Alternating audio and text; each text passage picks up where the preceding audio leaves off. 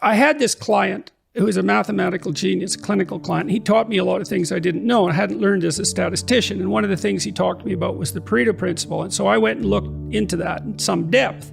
And so I found, for example, that it's such a strange phenomenon. It's like the square root of the number of people operating in a specific discipline produce half the output. That's the law. And so if there's 1,000 scientists working on in a discipline, 30 of them publish half the papers.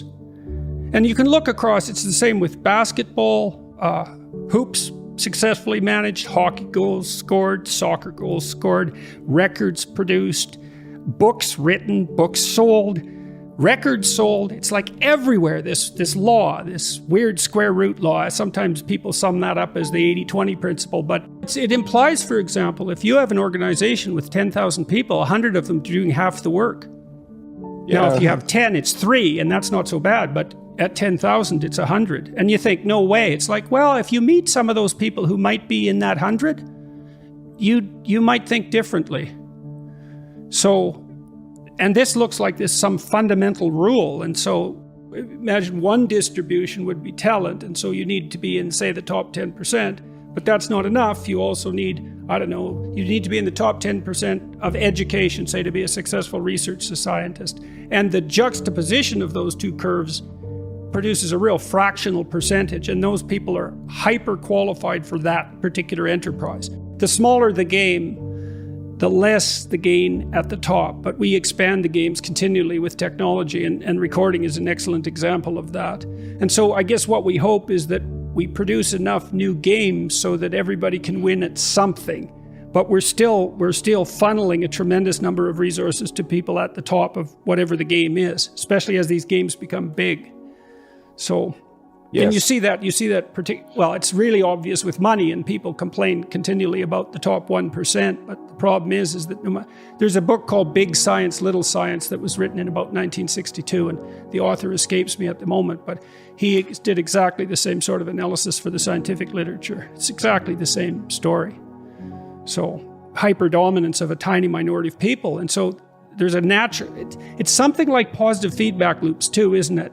And I've noticed this as I've become more famous, I suppose, is that you get known and so more people know you and so more people are likely to attend to you, and then more people are willing to talk to you because you have an audience, and so that drives the expansion of the audience, and your connection network grows at the same time, and you have more resources, and so it's a bunch of positive feedback loops moving upward. So I know there's this native Canadian tribe on the west coast, Haida. The Kwakwaka'wakws did the same thing. You know, in their societies, they'd have big chiefs, and the big chiefs would just accrue everything. And then now and then they'd have a potlatch and give it all away. And then their status was dependent on their ability to give a lot away. And that stabilized their society. Now, those were made illegal by the Canadian government. But I do believe that was one of their so-called evolved solutions to the terrible problem of inequality. The fact that, goods tend to accrue in the hands of a few. I mean, I studied entrepreneurial success as a researcher for quite a long time too, because one of the personality factors that predict entrepreneurial ability is this trait openness, which is essentially creativity. And what defines creative thinkers in part is, so here's a simple creativity test, and it actually is reasonably predictive of creative capacity, both in terms of originality of thought and creative productions as assessed by experts. How many uses can you think of for a brick in 3 minutes? You got to write them down. Or even, how many 4-letter words can you think of in a minute that start with C? That'll be correlated at about 0.3 or 4 with your creativity, depending on how it's measured. Very simple test. And what seems to happen is that creative people, when they think of one idea, the probability that will trigger an associated idea is higher, especially a distally associated idea. So that likely means that creative people have more erroneous ideas as well. And then they have to, what would you say, edit them and select. But one of the things that makes creative entrepreneurs successful is that they produce a large variety of creative products, and then they throw them out in the marketplace, and most of them fail, but you just need one to hit that Pareto point, and then you're successful. So you throw, you throw what do you do? Throw a mess at the wall and see what sticks, essentially. And most entrepreneurs, before they're successful, have had a very large number of failures. Because even if you're intelligent and creative, the probability that you'll build a product that's actually timed for the market is extremely low. So, well, what do? Well, you create more, and that's what happens. That's what creative people are essentially biologically predisposed to do. So I think that principle, that underlying principle of positive feedback loops and, the combination of scarcity of ability and resources, I think it accounts for all those inequalities. So, the question is, what do we do about that? Partly we've tried to solve that, so to speak, we in the West, by trying to ensure something like equality of opportunity across a wide range of games. That's not a bad sort of meta solution, right? It's like, well, we can't predict. We know that there's going to be wild disparities in outcome, and we can't really do anything about that. But maybe we can give people something approximating an equal shot at winning some game. And that would be better for everyone too, because then we can harness their creative resources.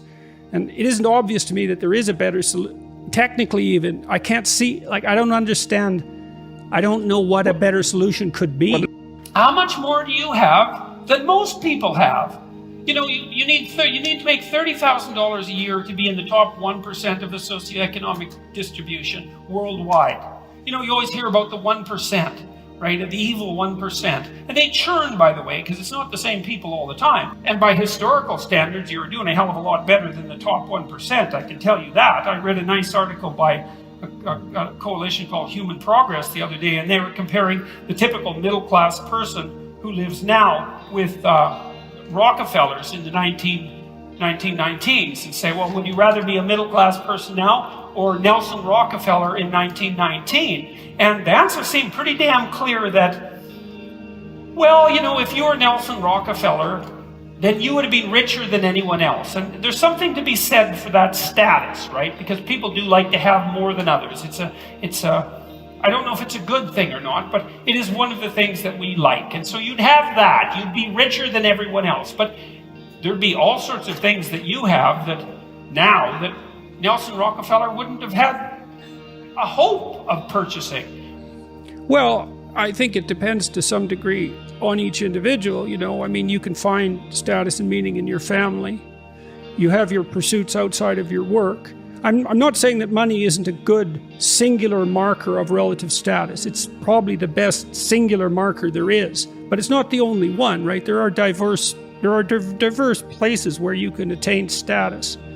And so, you can be poor and dignified. You've certainly met people like that. You can be poor and admired within your family. You can be poor and of decent or outstanding character, for that matter. And so, that's not exactly a domain that's regulated socially like the economic domain, but it's not nothing.